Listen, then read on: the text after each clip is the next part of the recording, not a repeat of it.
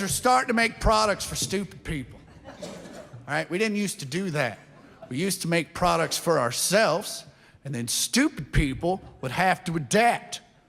But now there's so many of them, they've become a marketing demographic. You don't believe me? Coors Light doesn't think you can tell how cold your beer is. Another week, another edition of Things That Need to Be Said. Hey everybody, your resident man in black is back again for a new edition of the best kept secret in the conservative movement right here on MRC-TV. I'm Nick Kangadis. Really quick, head on over to Rumble, subscribe to our channel, and hit that like button. And no matter where you watch our videos, please share, like, and don't be afraid to leave a comment. I actually read what you guys have to say, and I occasionally respond, so don't be shy. Now, on with the show. So with this new version of Things That Need to Be Said, I want to give a platform to voices that you know, and some that you might not. Either way, the value of the person's name or the notoriety of said person, or lack thereof, doesn't make what they say any less true or necessary. That being said, let's get the most notable name on my list this week out of the way first, and I don't mean that in a negative way. Florida Governor Ron DeSantis spoke candidly at a press briefing last Friday about the scourge of criminal invaders crossing our border with a seemingly increased sense that they can do no wrong. And you see some of these images, you see some of these people in New York City committing crimes, and the sense of entitlement on some of these illegal aliens is unbelievable. They act like they have a right to illegally come into our country. I'm sorry, you do not have that right. And if we were a country that was serious, we'd be sending these people back home to their home countries. That's how you enforce the rule of law. Now, DeSantis has been criticized for his lack of fire, but that doesn't make what he said in the clip I just showed you any less true.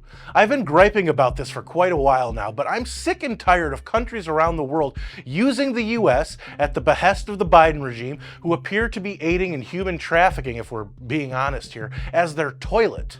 Well, folks, it's time to flush the toilet.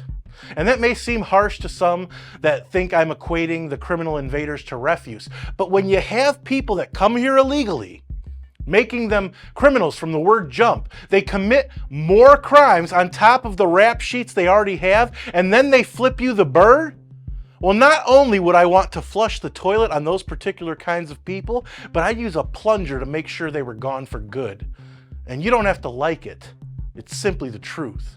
Next up, I have a tweet or X post or whatever I want to show you from Tim Pool that lays out the truth about social media platforms, specifically the supposed free ones, in no uncertain terms. Quote, "Social media companies do have customer service that you can call. I have called many times. The mistake people make is thinking the user is the customer. The advertisers are the customer, and they can call these companies easily. You are the product." Unquote.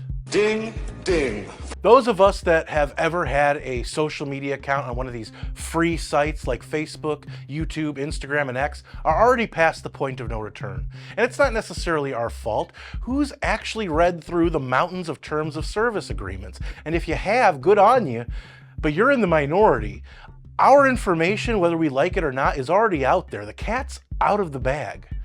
And it's been bought and sold many times over to whichever giant corporations dole out the most cash. No, this place is ugly anyway. You and me, we're family. Promise never to do. These platforms are free, but at the cost of our privacy. Some of those algorithms know more about us than some of us can even remember. So when Tim Pool says that we are the product, that's not just some intellectual take, and you don't have to like it. It's simply the truth. And finally, I promised myself I wouldn't weigh into this topic in a video, but a YouTuber that I enjoy and some of you may know, Styx Hexenhammer, had a take on the whole Taylor Swift fervor that makes more sense and is obvious when you really think about it than most others that I've heard. Those paparazzi and those so-called journalists and so forth will gladly take you down the second that they can if they think they can get a breaking story. Hey, here's a footage of Taylor Swift snorting cocaine. Here's video footage of Taylor Swift slapping her boyfriend, be all over the tabloids and everything. Here's an angry call that a drunken Taylor Swift left to a business after it screwed her over. She's a prima donna or something like that. They will take you down fast and hard and you won't know what the goddamn hell hit you. Look at what they did to Michael Jackson. Is there anything I can do for you? Do you need a foot massage, Mrs. Swift?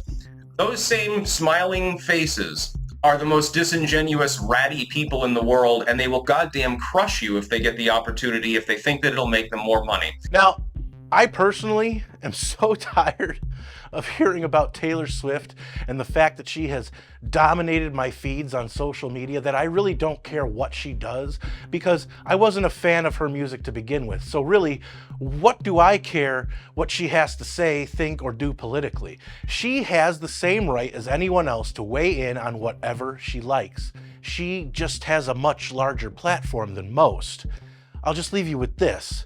If you let a pop star who has based her musical penmanship on failed relationships dictate how you do anything in life, then there's really not much that I can say to you. That might have worked when I was 13, but now it's just sad, especially if you're an adult who should know better than to acquiesce and bend the knee to the establishment and their toys.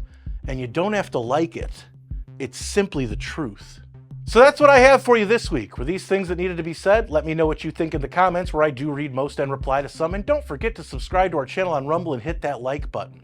If you like this video, don't forget to comment, share, and give it a thumbs up. Those are the best ways to help these videos reach more people, and it's the best way to let us know you want us to keep these videos coming. Subscribe to our channel and hit that notification bell so that YouTube might actually let you know when MRC-TV comes out with a new video if they haven't censored or taken it down yet.